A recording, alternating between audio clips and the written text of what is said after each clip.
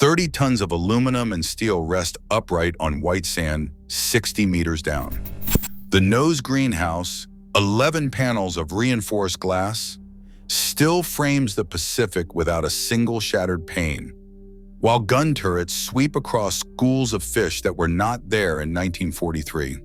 This is a B-17F flying fortress, ditched in 1943, and it looks like it could taxi tomorrow.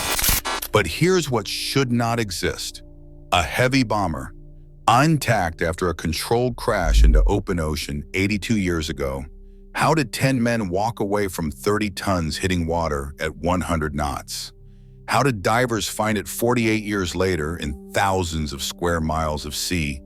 And why, against every law of impact and corrosion, does it still look whole? The answers rewrite what we thought possible. The wreck lies 3 kilometers off Boga Boga Island, Papua New Guinea, in water that shifts between 35 and 40 meters depending on the tide. Visibility here runs 30 to 40 meters on calm days, exceptional for the Pacific. Divers descend through blue columns of light and find a time capsule. Blackjack, a Boeing B-17F that vanished from squadron records in June 1943 and reappeared 4 decades later, virtually intact.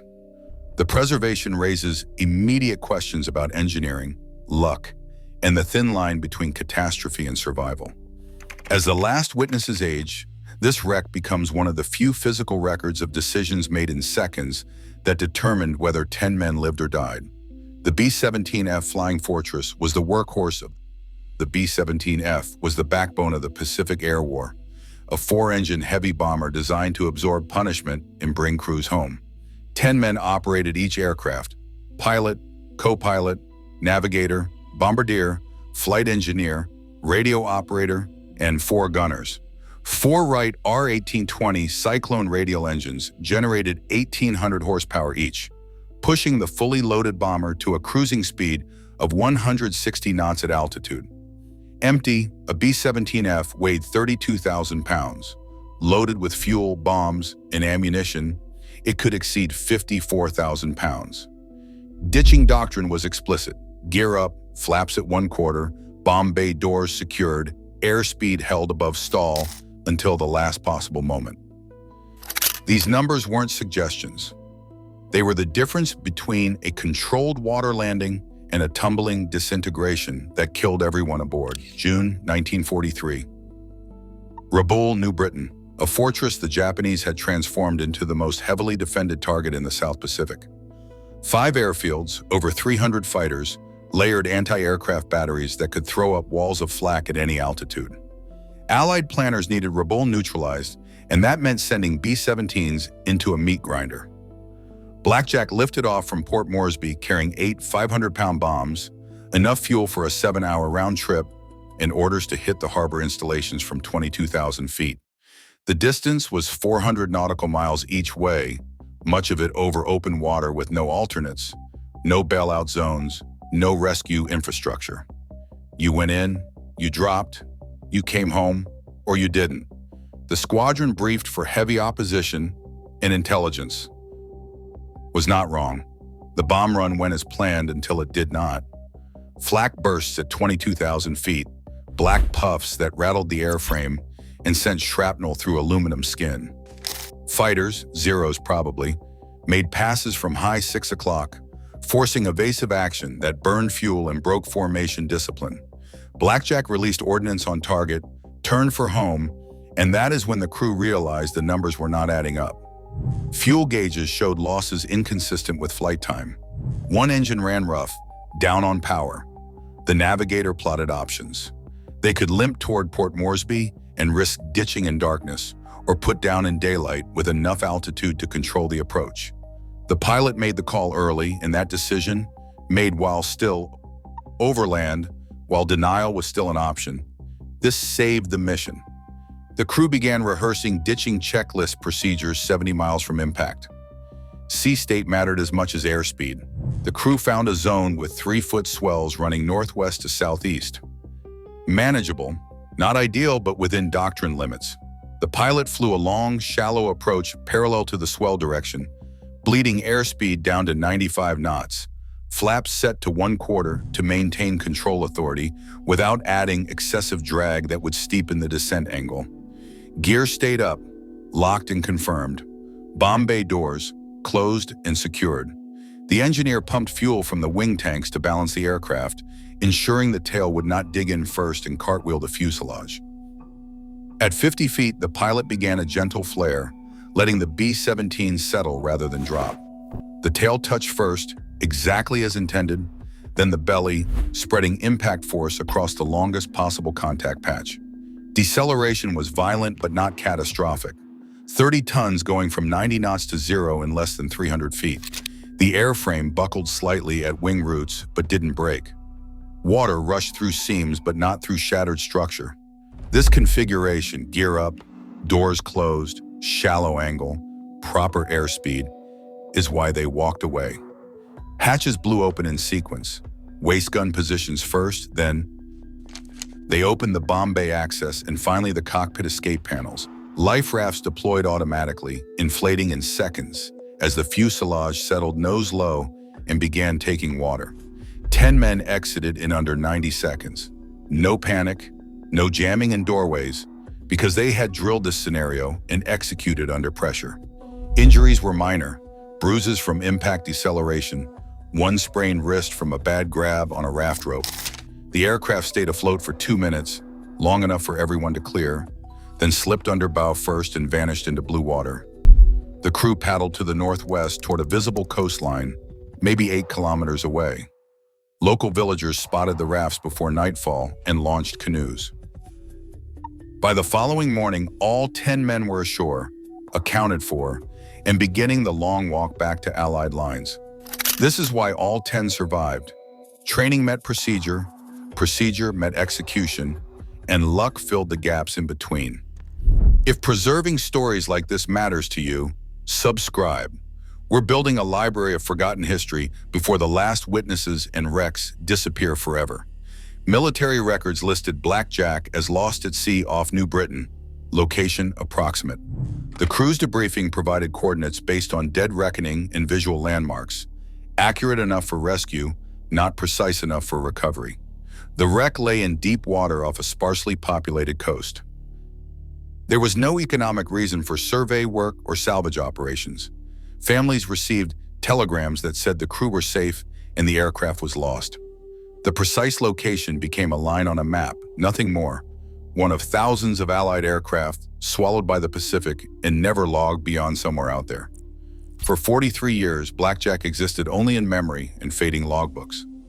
Local fishermen off Boga Boga reported unusual sonar returns and stories passed down from elders who remembered a bomber going down. That was enough to draw interest from divers working the region in the mid-1980s. They established a search box. Based on wartime coordinates cross-referenced with eyewitness accounts, they began systematic side-scan sonar sweeps.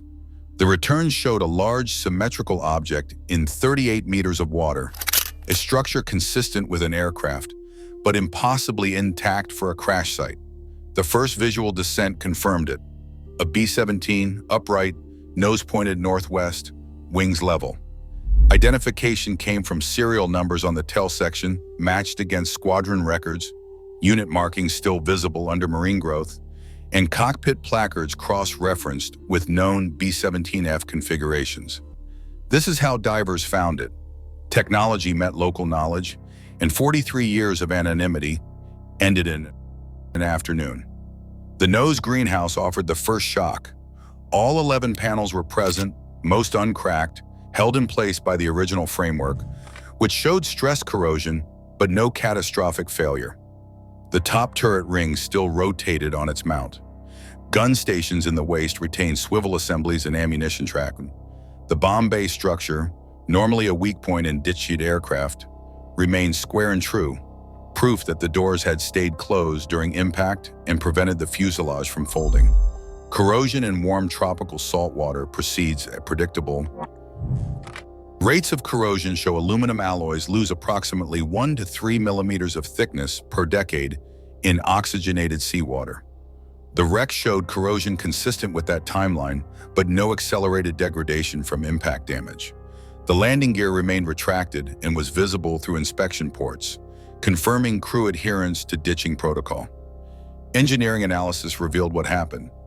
Gear up prevented snagging and tumbling, closed doors maintained structural rigidity, and the shallow impact angle distributed force below failure thresholds for the primary spars. Why it remained whole, gear up, doors secured, perfect angle, is written in the wreck itself. In the metal itself, descending to Blackjack is descending into 1943. Visibility reaches 40 meters on the best days, allowing divers to see the entire aircraft from a single vantage point. Sand ripples pattern the seafloor around the wreck, undisturbed except for the slow traffic of reef fish that have claimed the bomber as structure. One unexpected detail arrests every diver. The turret ring shows impact scars from fighter attacks, grooves. Pockmarks tell a story of metal meeting metal at high speed, now softened by decades of calcium carbonate deposits that look like frozen drips. Papua New Guinea enforces strict low-impact protocols. No touching, no souvenir collection. Permits required, wise plans logged with authorities. The site exists in legal gray space between historical artifact and war grave, and responsible operators treat it as both. Luck and skill converge in Blackjack's story, and separating them is impossible. The crew's skill put the aircraft down within survivable parameters. Luck provided 3-foot swells instead of 6, daylight instead of darkness, calm winds instead of squalls. Training gave them checklist discipline under fire. Engineering gave them an airframe that could absorb punishment. But the synthesis, that specific combination of decisions, conditions, and construction, is what creates a time capsule that validates every ditching doctrine ever written for heavy bombers. The wreck teaches that split-second decisions made at altitude determine outcomes at sea level, that engineering margins exist for reasons written in blood and salt water, and that survival is never guaranteed but can be weighted in your favor if you do everything right and catch one good break. This aircraft is a monument to the idea that preparation and luck are not opposites. They are partners. 10 men walked away from Blackjack in June 1943. Some have passed, some remain, but the bomber endures as their monument, not to war, but to the human capacity to make hard calls under pressure and execute flawlessly when it counts. No salvage attempts have been made, and none should be. Local communities near Boga Boga regard the site with respect, understanding its dual nature as historical record and resting place for a machine that nearly became a tomb. The wreck belongs where it is, on white sand in clear water, teaching anyone willing to descend that survival is engineered, practiced, and, when everything aligns, achieved. That lesson matters now as much as it did 80 years ago, and Blackjack will keep teaching it until the sea finally claims what it nearly took in 1943.